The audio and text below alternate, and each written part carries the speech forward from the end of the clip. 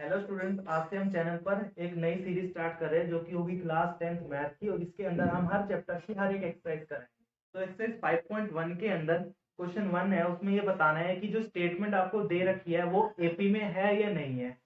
तो जैसे कि अगर हम फर्स्ट क्वेश्चन की बात करते हैं तो फर्स्ट क्वेश्चन ये बोलता है कि the taxi fare after each kilometre when the fair is ₹15 for the first kilometre and ₹8 for the additional kilometre. तो कहने का मतलब ये है, वो ये बोलता है कि अगर हम टैक्सी से जा रहे हैं तो जो पहले किलोमीटर के लिए जो फेयर है वो 15 होगा, उसके बाद 8 ऐड होता जाएगा।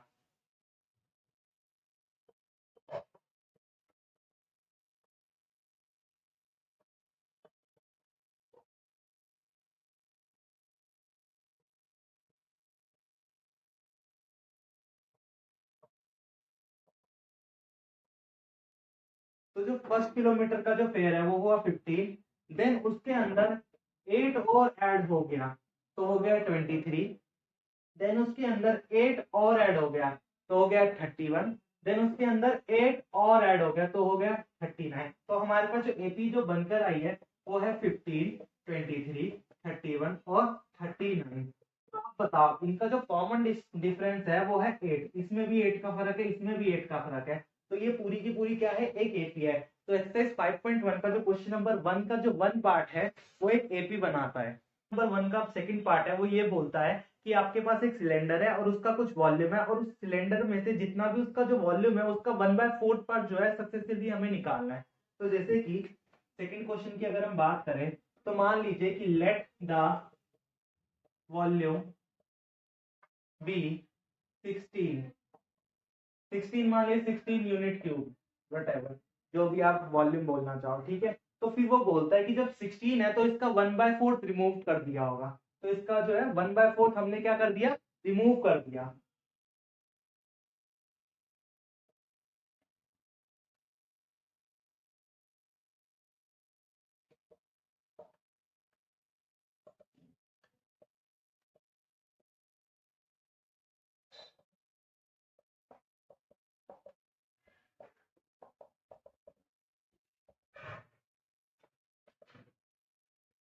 यूनिटी लिख लो, ज्यादा करने की जरूरत नहीं है।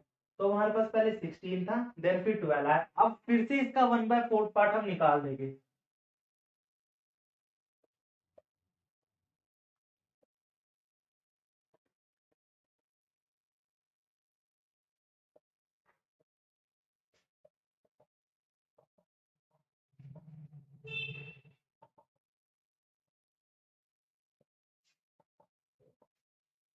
पहले वॉल्यूम था 16, देन उसमें से 1/4 पार्ट उसका निकाला तो वॉल्यूम बन गया 12, देन उसमें से भी उसका 1/4 पार्ट निकाला तो बन गया 9। तो आपके पास जो सीरीज है वो बनकर आई 16, 12 और 9 की। अब इसके बीच में तो 4 का डिफरेंस है, इसके बीच में 3 का डिफरेंस है। तो इनका जो कॉमन डिफरेंस है, क्या वो कॉमन है? इनका जो डिफरेंस है क्या वो कॉमन है? आंसर होगा नहीं। तो इसलिए जो एपी है हम इसको एपी नहीं बोल सकते, बिकॉज इधर 4 का डिफरेंस है और इधर 3 का डिफरेंस है। और एपी होने के लिए हमारा जो डिफरेंस है वो कांस्टेंट होना चाहिए, मतलब सेम होना चाहिए। तो क्वेश्चन नंबर 1 का जो थर्ड पार्ट है वो ये बोलता है कि इन्होंने एक वेल को डिग करा है। इसका मतलब ये है कि इन्होंने गड्ढा खोदा है। तो जब इन्होंने 1 मीटर गड्ढा खोदा है तो उसकी कॉस्ट है 150 रुपीज, एंड फिर सक्सेसिवली इन्होंने 50-50 ऐड हो जाएगा। तो जो कॉस्ट ऑफ डिगिंग 1 मीटर है, जैसे कि जब हमने फर्स्ट मीटर जो डिग करा, जैसे कि मान लीजिए ये इन्होंने, इनका 1 मीटर है ये, ठीक है, तो इसकी कॉस्ट है 150 रुपीज। देन फिर जब इन्होंने सेकंड वाला खोदा तो इसकी कॉस्ट है 200 रुपीज। देन फिर इन्होंने थर्ड वाला खोदा तो इसकी कॉस्ट है 250 रुपीज। तो आप ये देखो कि 150, देन फिर 200, देन फिर 250। तो पहले 150 रुपीज, देन फिर 200, 250। तो इनका जो डिफरेंस है वो 50-50 है। तो इससे क्या हमें पता चलता है कि जो डिफरेंस है वो कांस्टेंट है और कॉमन है। तो इसलिए ये जो है, ये जो सीरीज है हमारे पास, ये एपी है ही है। इसको हम बोल सकते हैं ये सीरीज जो है एपी है, बिकॉज जो डिफरेंस है वो सेम है 50-50 का। तो जो क्वेश्चन नंबर 1 का जो फोर्थ पार्ट है वो ये बोलता है कि 10,000 रुपीज इन्वेस्ट करे गए हैं कंपाउंड इंटरेस्ट पर, और उनका जो रेट ऑफ इंटरेस्ट है वो है 8%। तो सबसे पहले तो आप अमाउंट का जो फॉर्मूला देख लो, A = P ब्रैकेट 1 + R/100, और ये टाइम होता है। तो जो फर्स्ट ईयर के लिए जो हमें जो इन्वेस्ट करा गया होगा अमाउंट, तो 10,000 पर इधर रेट लिख लिया, इसको सॉल्व करके हमारा आंसर है 10,800।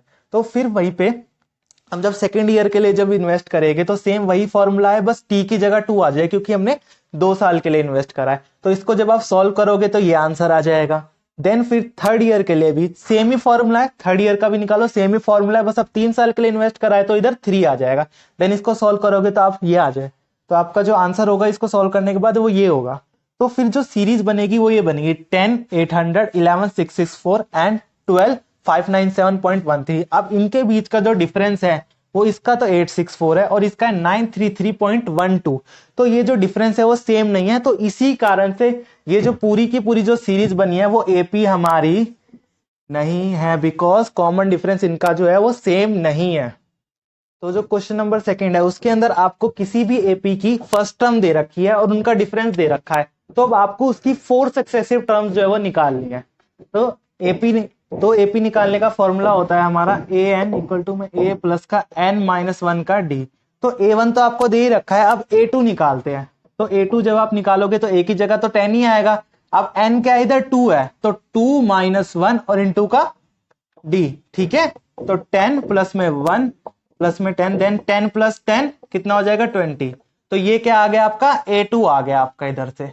देन फिर ऐसे ही सेम तरीके से आप A3 भी निकाल सकते हो, 3 माइनस 1 और 10, क्योंकि डिफरेंस की जगह डिफरेंस, n की जगह n और a की जगह a। हम जब इसको सॉल्व करेंगे आपका आंसर ये आ जाएगा। तो 10 प्लस 20 इक्वल टू में 30। तो ये आपकी आ गई A3। तो इसकी जो फर्स्ट 4 टर्म होगी वो ये हो गई 10, 20, 30 एंड ऐसे करके 40, 50 आप सोन सेम फॉर्मूला लगा के जो आप निकाल सकते हो। अब वैसे ही सिमिलर तरीके से अगर हम इसका 5th क्वेश्चन देखते हैं जो कि नेगेटिव में है, बाकी क्वेश्चन नहीं करा रहे, इसके बाकी पार्ट मैं नहीं करा रहा, आप खुद से ट्राई करना, बिकॉज वीडियो जो है वो बहुत ज्यादा लेंदी हो जाएगी अगर कराऊंगा तो इसमें ए आपको दे रखा है माइनस का 1.25 एंड डी आपको दे रखा है माइनस का 0.25। तो ठीक है निकालते हैं। देन फिर सेम फॉर्मूला इसमें अप्लाई करना है, तो आप A2 निकालो, तो a प्लस का n माइनस 1 का d, ठीक है। तो a की जगह माइनस का 1.25, देन n आपका फिर से 2 हो गया, देन 1, देन फिर आपका जो डिफरेंस है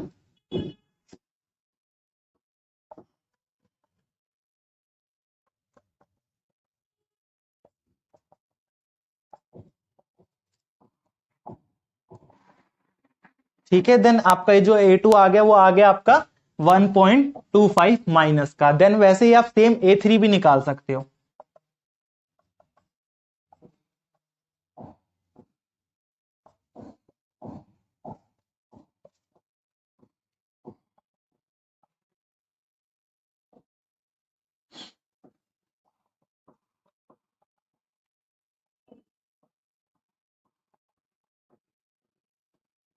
तो आपका A3 जो है वो आ गया माइनस का 1.73। तो इसकी जो AP बनेगी वो इस तरीके से बनेगी।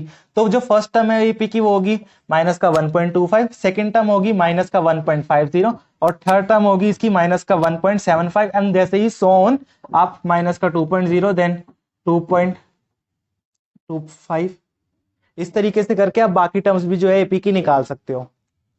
तो जो क्वेश्चन नंबर 3 है उसमें आपको एक AP दे रखी है और उसकी फर्स्ट टर्म और डिफरेंस निकालना है। तो जैसे कि हम क्वेश्चन नंबर 3 का फर्स्ट पार्ट देखते हैं जिसकी AP है 3, 1, -1 और -3। तो जो A होता है आपका, मतलब जो फर्स्ट टर्म होती है वो तो पहली वाली टर्म होती है, तो A आपका इधर से डायरेक्टली हो जाएगा 3, ठीक है। और वहीं पे जो डिफरेंस होता है वो होता है A2 माइनस का A1 या किसी भी 2 सक्सेसिव टर्म का जो है आप जो है डिफरेंस ले सकते हो। A2 माइनस A1 कर लो या A3 माइनस A2 कर लो।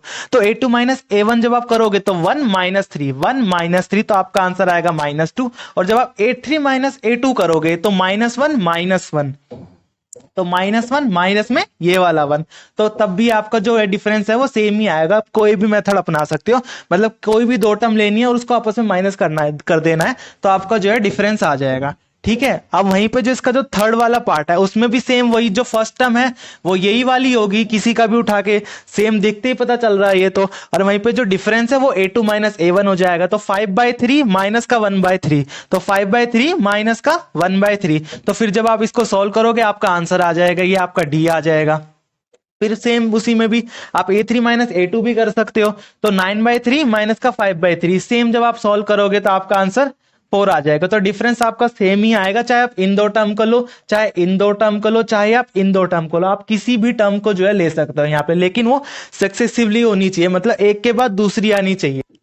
तो अगर आपको वीडियो थोड़ी सी भी हेल्पफुल लगी हो तो चैनल को सब्सक्राइब कर लेना, क्योंकि चैनल के ऊपर 9 से लेकर 12 तक मैथ साइंस सभी कंटेंट आने वाला है। हर एक एक्सरसाइज, हर एक चैप्टर की एक्सप्लेनेशन चैनल के ऊपर आने वाली है।